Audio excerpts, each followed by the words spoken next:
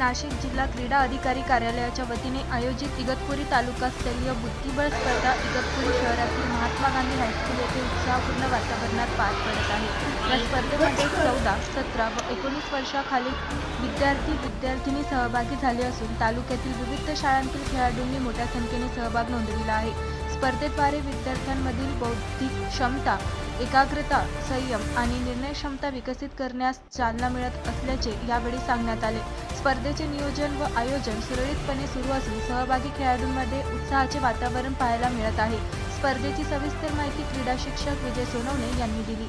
Gandhi high school येथे इगतपुरी तालुकास्तरीय बुद्धिबळच्या स्पर्धा अतिशय चांगल्या पद्धतीने संपन्न होत आहे। इगतपुरीतील जवळजवळ 37 शाळांनी या स्पर्धेमध्ये सहभाग घेतलेला आहे।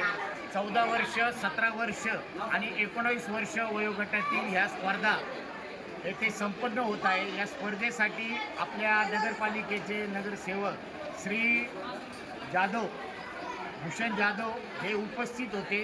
त्याचप्रमाणे शाळेचे प्राचार्य शिंदे सर, उपमुख्याध्यापक प्रसाद चौधरी सर, तसेच तालुका प्रमुख दगडू तेलोरे सर, ज्येष्ठ क्रीडा शिक्षक सुनील आयर सर आणि इतर अनेक क्रीडा शिक्षक उपस्थित होते।